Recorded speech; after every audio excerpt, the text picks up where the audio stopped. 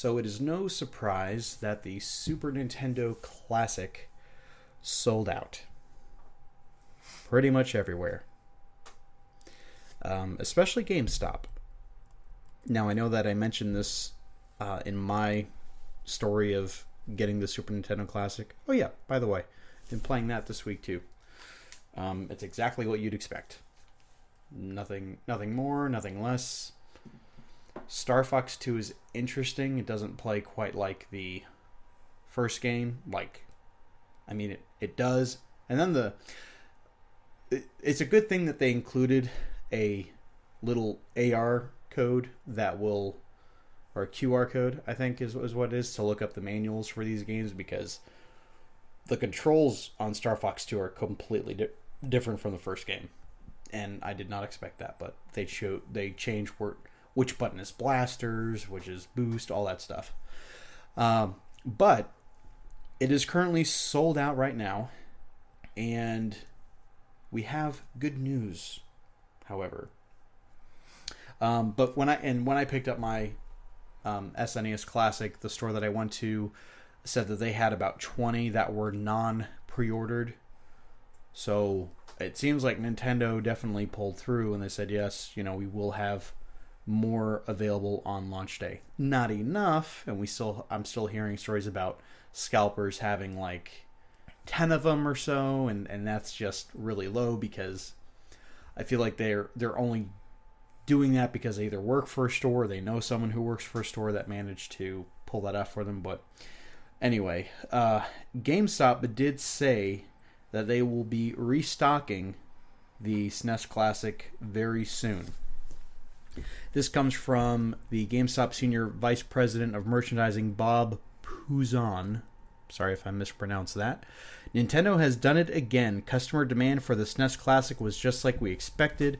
We sold out of our SNES Classic inventory within minutes in both our GameStop and ThinkGeek retail channels, but customers shouldn't worry. We're getting more very soon. Once we do, our customers will be the first to know.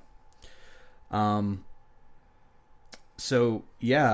I believe this article was originally posted on Destructoid.com, and they did a poll, basically asking, hey, how many of you out there managed to get a Super Nintendo Classic? And they reported that 71% of people who took the poll did. So that ain't bad. I'm sure if they did a poll for the NES Classic, it would have been like the reverse. Like 71% couldn't get one, especially on launch day. Like, that was a nightmare. And when you couple this with reports that Nintendo is going to be really, really ramping up Switch production, like they want to do something in the neighborhood of 2 million units a month. That's crazy. Let me put this in perspective for you.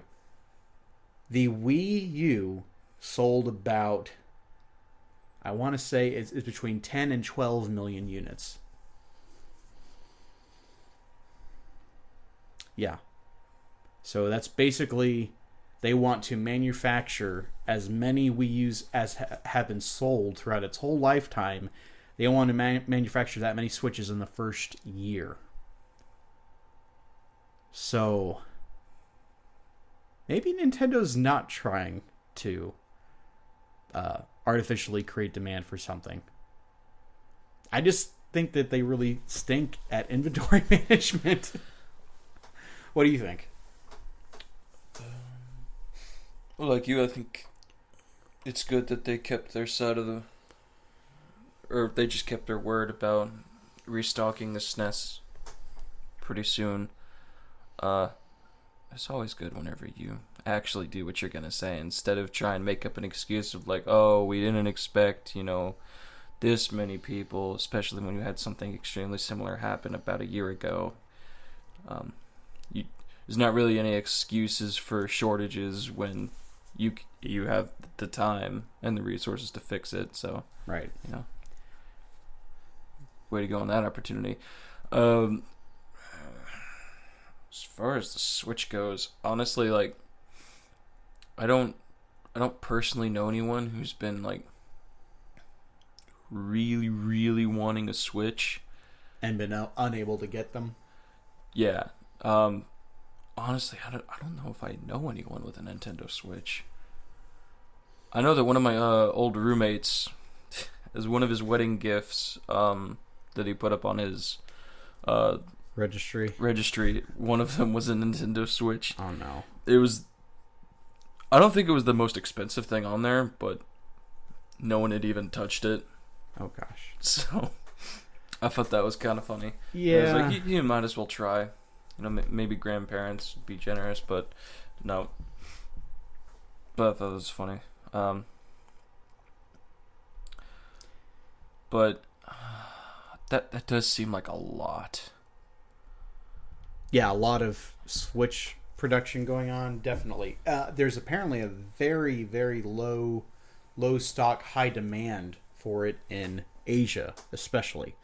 I don't think it's been launched in China. I don't think it's been launched yet in Thailand.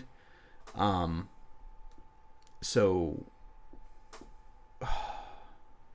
I'm so happy I live in the USA sometimes.